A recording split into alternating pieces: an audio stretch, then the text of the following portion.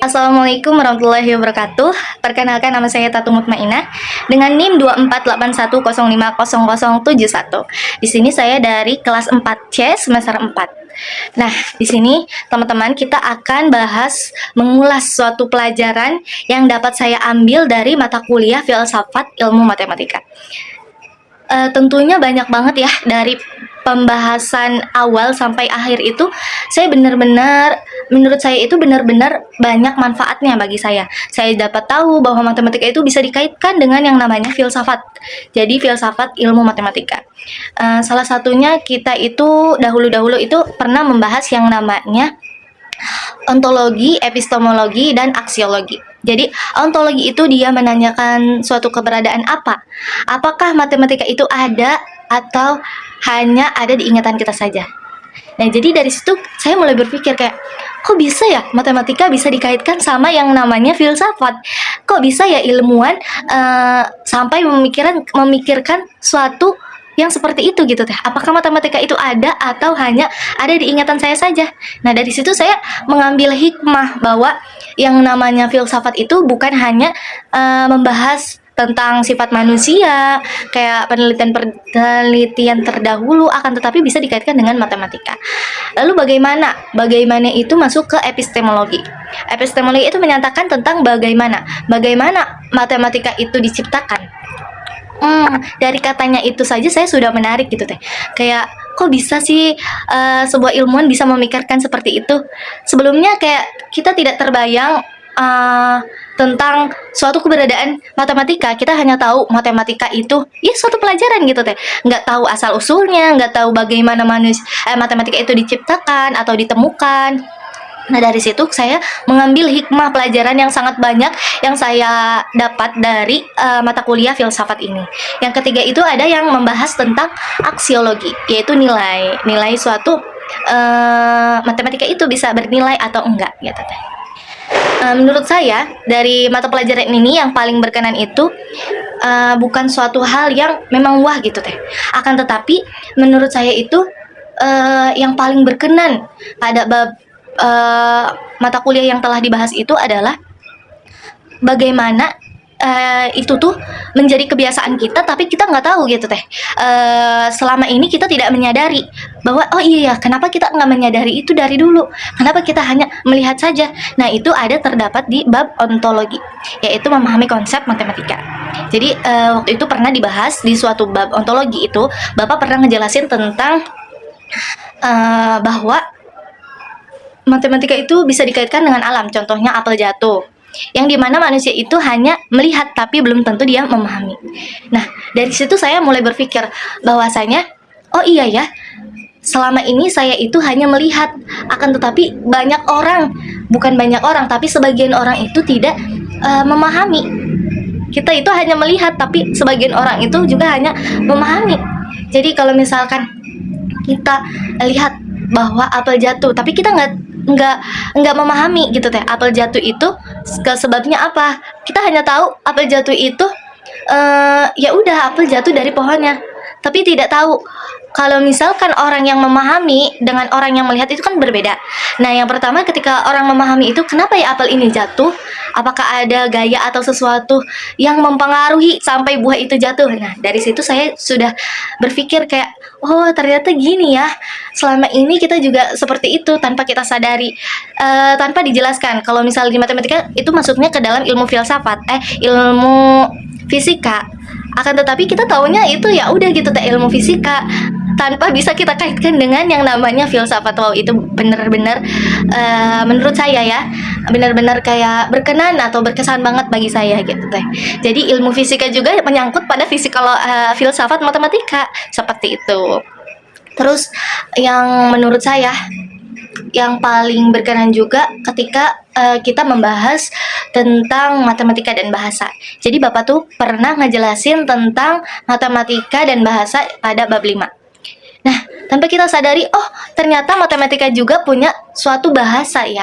Aku kira matematika itu ya udah gitu teh, simbolik ataupun ya seperti itu.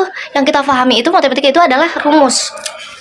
Yang tanpa kita sadari, ternyata matematika juga punya yang namanya bahasa. Nah, jadi kalau misalkan, jadi gini, kalau misalkan di matematika itu ada yang namanya tanda panah. Tanda panah itu dia bisa menunjukkan misalkan artinya itu jika dan hanya jika. Nah, jadi tanpa kita sadari itu, simbolnya itu berupa tanda panah tersebut, akan tetapi matematika juga punya bahasanya, yaitu bahasanya adalah jika dan hanya jika. Nah, seperti itu. Banyak banget suatu hal yang bisa saya ambil dari mata kuliah filsafat ini ya. Terutama itu saya jadi tahu bahwa matematika itu juga punya bahasa, bukan hanya sekadar simbol. Tanpa kita sadari kita tuh tahu maknanya, tapi kita nggak tahu kalau itu tuh bahasanya matematika gitu teh. Kalau menurut aku seperti itu, banyak banget yang bisa saya ambil di mata kuliah filsafat ini. Terutama mata kuliah ini juga sangat menyenangkan ya, karena di mata kuliah ini tuh kita diberikan kesempatan untuk bebas bertanya, terus kita juga diperlakukan untuk mengeksplorasikan pikiran kita gitu teh. Jadi seperti itu. Nah, untuk mengenai buku yang saya baca itu bentuknya sebenarnya fisik, tapi berhubung saya minjem dari perpustakaan yang dimana jadwal pinjamnya itu sudah habis, sudah ditentukan ya, pasti kalau buku perpustakaan kan memang ditentukan gitu teh. Jadi saya sedikit yang saya ambil itu udah baca sekitar 2 bab dari buku yang berjudul Drag Psikologi yang diciptakan oleh Novita WD. Nah, di buku Drag Psikologi yang saya baca itu, kenapa saya mengambil Drag Psikologi? Karena menurut saya filsafat itu juga salah satunya bukan hanya ngebahas tentang ilmuwan terdahulu, matematika. Jadi kayak menurut saya itu berhubungan dengan bisa berhubungan dengan manusia gitu teh. Psikologinya manusia. Karena bukunya Drag Psikologi artinya memahami pikiran manusia yang hitam atau apa gitu teh. Jadi di situ tuh buku itu tuh ngebahas tentang manipulasi, terus juga tanpa kita sadari kita dimanfaatkan oleh orang lain. Jadi menurut saya kalau buku itu diseimbangkan dengan yang namanya filsafat, itu masih nyambung banget dan relate pada kehidupan kita gitu. Jadi saya pengen tahu lebih dalam, memahami diri saya, dan juga tentang filsafat yang bisa saya ambil di pembahasan itu. Jadi banyak banget ya. Yang pertama itu di bab 1 itu menjelaskan tentang, seingat saya, tentang manipulasi. Jadi buku itu menceritakan seperti ini. Sekilas saja, contohnya itu adalah sebuah atraksi. Nah, tanpa kita sadari selama ini itu kita sering dimanipulasi sama sebuah atraksi atau pesulap. Nah, suatu hari ketika itu diadakannya sebuah pameran atau pameran pesulap gitu. Nah, terus si pesulap itu memegang sesuatu di tangan kiri. Habis itu si pesulap itu menunjukkan kepada orang-orang bahwa di tangan kirinya misalkan ada selaput merah. Nah, terus si pesulap itu menyuruh orang-orang itu memperhatikan dia bahwa akan menunjukkannya suatu kejadian pada si tangan pesulap tersebut. Nah, ketika si pesulap tersebut membicarakan fokus, tanpa kita sadari, si pesulap itu sedang mengalihkan pikiran kita untuk berfokus ke dia agar semuanya itu hilang arahan gitu teh. Nah, terus dengan terkena si pesulap tersebut memegang sesuatu di tangan kanannya dan mengalihkan ke tangan kiri tanpa kita sadari, karena kita di situ sedang dibuat manipulatif dengan kata fokus itu. Nah, jadi dari situ aja kita sudah mengambil banyak hikmahnya, bahwa tanpa kita sadari selama ini manipulatif itu banyak ya, yang arahannya gitu teh. Bukan hanya dengan berbohong ataupun yang lainnya gitu. Jadi manipulatif itu sesuatu arahan yang dimana kita itu tidak bisa ditipu, kalau ibaratnya seperti itu. Nah, jadi di Drag Psikologi itu pokoknya banyak banget yang saya ambil dari buku itu. Terus yang kedua itu saya membaca tentang tanpa kita sadari juga kita dimanfaatkan oleh orang lain gitu. Nah, kenapa alasan saya baca buku itu juga untuk memahami diri kita sendiri gitu. Contohnya, misal ketika kita butuh, terus kita tidak dibantu oleh teman. Ketika teman butuh kita, kita malah membantu teman. Enggak, contohnya misal ketika kita punya jawaban yang benar, terus teman deketin kita, deketinnya itu dengan ada niat baik atau gimana. Terus kita kasih jawaban itu ke teman. Nah, terus sedangkan misal suatu hari teman kita punya jawaban yang benar, terus kita minta ke teman kita, terus teman kita nggak bolehin kita. Jadi itu termasuk kita yang selama ini kita hadapi di kehidupan nyata, banyak banget lah pokoknya. Kalau dikaitkan di bab 6 buku filsafat itu, misal teori set dan paradigma. Kemarin itu saya sedikit membaca tentang pengertian teori set dan paradigma ya. Jadi kan kalau teori set itu adalah sebuah himpunan. Misal A irisan B gitu. Kalau misalkan dikaitkan dengan drag psikologi itu bisa. Contohnya misal A itu adalah himpunan manipulatif.